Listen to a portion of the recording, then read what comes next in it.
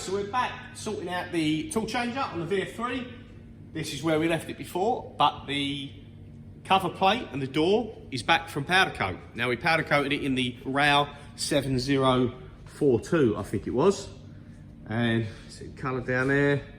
Actually, it looks lighter actually because that is darker down there, but let's just, I'm not going to lift the other piece because it's quite heavy.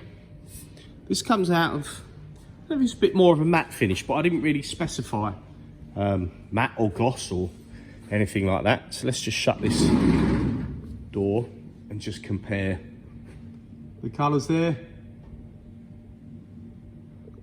That is it. And somebody actually, thank you for that by the way, I can't remember who it is off the top of my head, but someone did make a comment on my last video and actually confirm this RAW colour that I've selected is correct. So like I say, the only difference I think is that this is not such a gloss finish as on the original. So this has got more of a shine to it. Not sure if this is actually painted rather than powder coated, so that might be a different finish. But either way, that looks a million times better than what it did. Unfortunately, I'm probably going to put a load of scratches in it when I bolt it back up because it's really difficult, because I'm on my own here, really difficult to hold this up because this, even though it's just sheet metal folded, it's actually quite heavy. So yeah, that was collected today.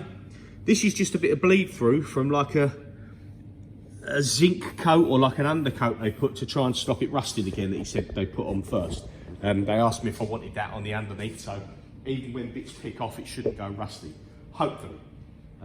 But yeah, much better than what we've got. Definitely needs to be done, and I'm at the position to do that. And I think I will do it on the other machines at a later date. You can see through there, my VF0E, this one, I ain't got much paint left on it at all. And that's the same. This is more of a painted finish. It's not so thick as the powder coat. But yeah, these will be done. And I think not so much that door, but you see the state of the door. So maybe one day when I change the panels, I'll get a couple of bits done in there as well. So yes, that's going to be the tool changer. We're going to get that put back together. I picked these up as well the other day. This is the parts getting ready to, I want to make up my own billet tool changer plates, and obviously I'm going to do all the bits myself like I did with the other one. So these have been cut, a couple of sets. I've got to make a fixture to hold all the fingers so that I can do the final machining and remount the holes for that these sit in the little bushings. They have quite a relatively tight tolerance, you know, so they just sit nice and that they function nice without slopping around. And then they've got to be cleaned up and rumbled and deburred, and then they'll all go off for plating. So yes, I'm going to get the cover back on the machine. We have to take off the smaller section. Obviously this can come back off again. I'll take that off. I'll get the new cover fitted back on, bolted up. We'll get this back in, and then the tool changer plate, which is just sat on top of the mill there. I'll get that all bolted up, and then yeah, we'll double check it's all good and do some tool changes, and I'll show you when it's all fitted, see what it looks like. So see you soon. Right, so we're all bolted on there. We haven't got the door held in properly with the pin. We'll do that afterwards because I now don't know where we've got tool one, but I don't think the tool one, right, so there's tool one, so we're two off. That's where the pin screws through for tool one. So if we power up, I'll do the tool change so it knows it's on tool one, and then I'll put the dowel pin back in, because this part underneath here, you'll see that there's an extra hole there for a dowel pin, and then there's a hole in the plate for the dowel pin, so you know where tool one aligns to. So let's just get this fired up. Managed to not scratch the life out of it too much, but of course it's going to happen anyway. So let's power up, restart. no tool home, so it should do a tool change.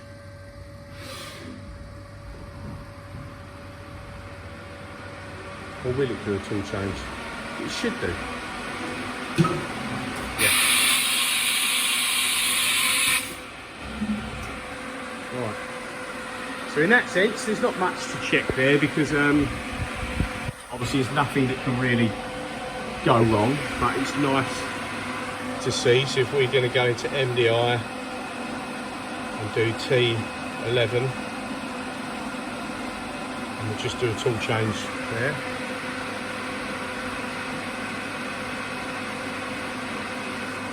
Help if I put MO6, wouldn't it? Let's erase that. T11 MO6. Now let's go.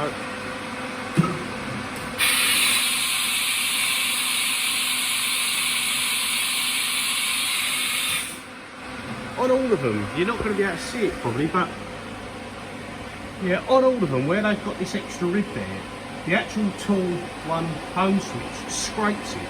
Now on all three machines, they've had a really deep gouge on there. It's just like they actually didn't check the clearance to the switches. So you can see this actually wobbles around and moves when it goes to that position. So we'll go back in now and we'll do let's do T19 so that it carries on the same way.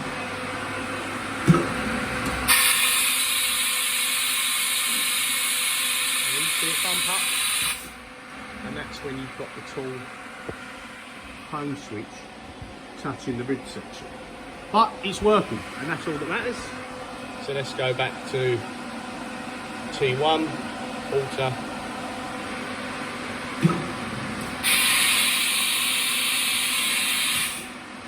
Right, so that's good.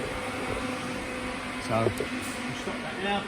I'm going to put the dowel pin back in, and I'm going to get that carousel plate, and I'll bolt this back up. I'll get it on the table laid out, and I'm just going to show you saying how I just help myself align it, make it a little bit easier. So I'll get the jack ready and I'll bring you back. Okay, so we've got our carousel plate back on there. We've got our dowel pin in. That's at tool 1 on the home switch. So our dowel pin hole is over there. So that's roughly in line. It's just balanced on a bit of alley and we're on the bottle jack. So what I want to do is I just want to go jog hand wheel. And I'm carefully going to jog it roughly to where it needs to be. And that is a precarious bit of balancing on there. I didn't do the greatest job finding the right size material. And then I'm going to lift this up a bit. I might have to just stop the camera here till I'm lifted up. And then what I do is, you can buy a tool. I've seen them in America, they buy a tool. It's got a big long thread on it and you kind of ratchet it up. But all I've done, I think these are 5/16, 18. Buy some 3.5 inch long bolts and get it close. You can see there, I'm gonna have to go up 3 or 4 inches first, but just get it close and then you'll align it. So what I'm gonna do is I'm gonna put the camera down because I daren't risk this falling off and damaging or bending any of the new stuff up. So I'm gonna put the camera down, I'll get it aligned, get it in position, and then I'll bring you back. Okay, so I changed over the bit of material because I'd forgotten to put the little black cover on there. So I could sit this bit of material on there, which is better. So I'm going to jack it up now, sort of close to where we want to be. Just going to go by eye slowly because I don't want it to fall off. You can see it starts rocking there, because if it falls off, it's quite heavy and you're probably going to bend something. Now I use one of these 3.5 inch long bolts, just to the point where I can turn it. Apologies. Just going to try and turn it. I just want to get a few threads started in this one.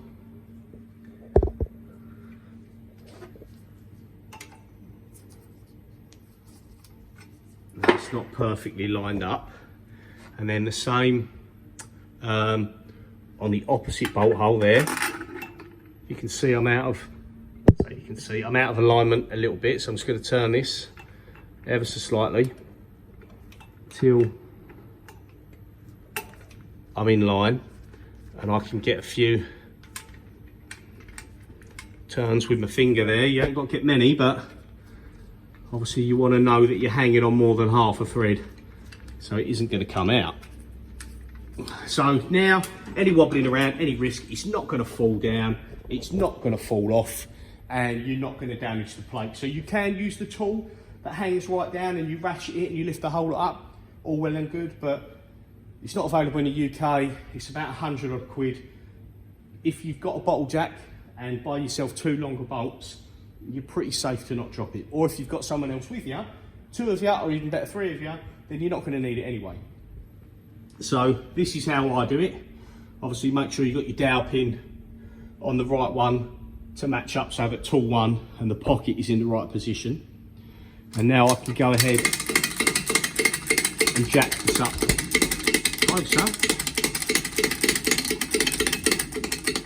And you can see these are loose, I can tighten them a bit more, but once they're in a few threads, it doesn't really matter. But I can move this bit of alley around now to clear for the correct bolts. Just keep going until I normally keep going until I'm flush with the bottom of this, because I should be able to then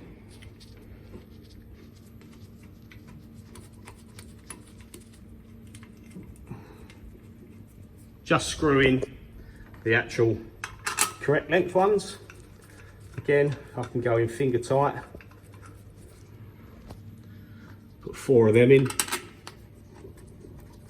and you've got no issues, you know, you're not struggling to line it up and get the correct hole and still risking it falling off of the bit of material and damaging everything, because you know you're aligned with 2 opposite bolts. You could put 3 in if you wanted.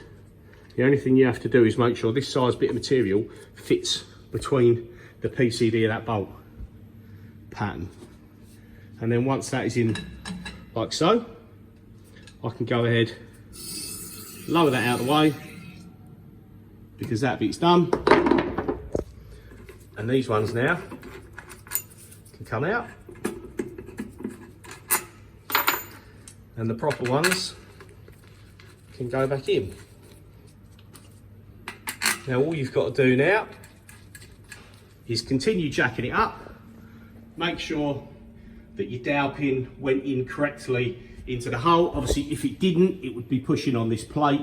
Once you've got all the bolt holes aligned, even just using 2 of them, you know the dowel pin is in the right place, it's going to work. So yeah, that's all in place where I want it to be. I'll go ahead now, I'll get that tightened up, and then we'll get ready to do a few tool changes. Well, first off, we won't do the tool change. You have to be careful of that, because the height will need to be checked. Now, this height hasn't been changed, all we've done is replaced the plate. But we want to be careful and we want to check it. So we'll go put it back together and we'll check everything first. Let me get that tightened up and I'll bring you back. Okay, so we've got it tightened back up and we are all done. Now, remember I mentioned before the carousel was ever slightly bent. You can see that where you've got it nice and flush there, and we've got a lot bigger gap down here. Now what I wanted to check was that, even though you can kind of tell by eye, I just wanted to check that that's not because the plate is on the wonk and not sat in the counterbore properly.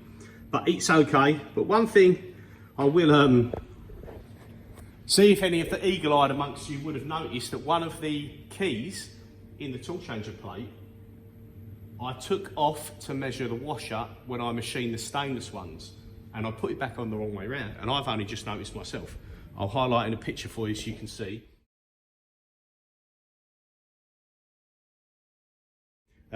So one of these alignment keys here was actually flipped around the other way, so this was just the blank side face.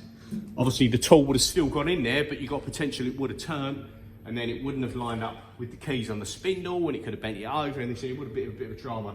Or if it wasn't aligned, it would have put it in the spindle, and if it weren't aligned the next time around, it would have come down and pushed it and bent it. It would have been all sorts of dramas. But We're in tool 1 and we go 5% and we'll actually change it to T11 to do the opposite pocket, because these always come in really literally a millimetre above that, very, very close above this key here, and that's how all they are. That's how they all are. But what I like to do is check that this one comes down the same sort of distance as the one opposite, and then you know if it's bist. And then we'll also do it on the opposite, so 12, 3, 6 and 9, and just make sure it's changing okay. So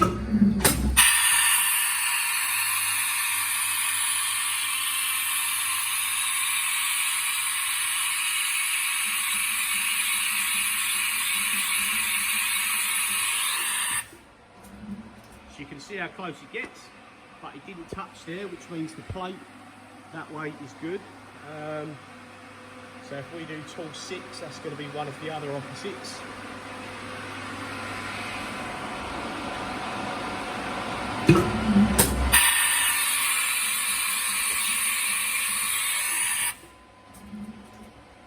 That one was good, and it's going to be T16. It's going to be the last opposite.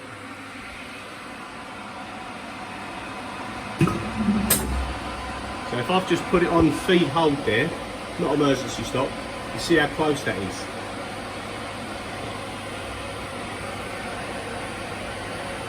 It sits just above the cap heads, and it's actually touching on just that top part of the key. So what I might do, that does it on all the machines, that's not because this one's not aligned properly. I'm pretty sure that height is good, but we will check it and we will adjust it if need be. Because that one, it's not enough to be bending it right out of shape, but it is actually touching, and I think there should be about a millimetre clearance if you carry on.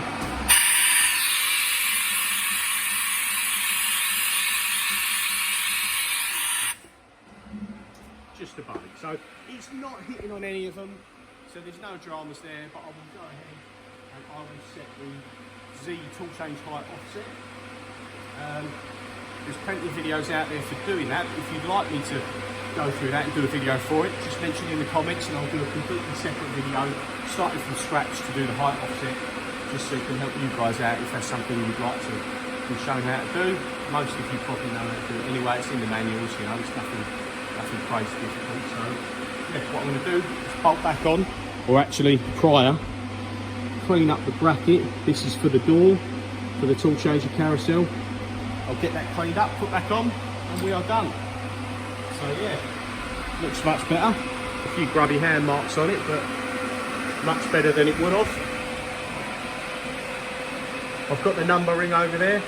I'll put that back on last. So yeah, another job done. On to the next video.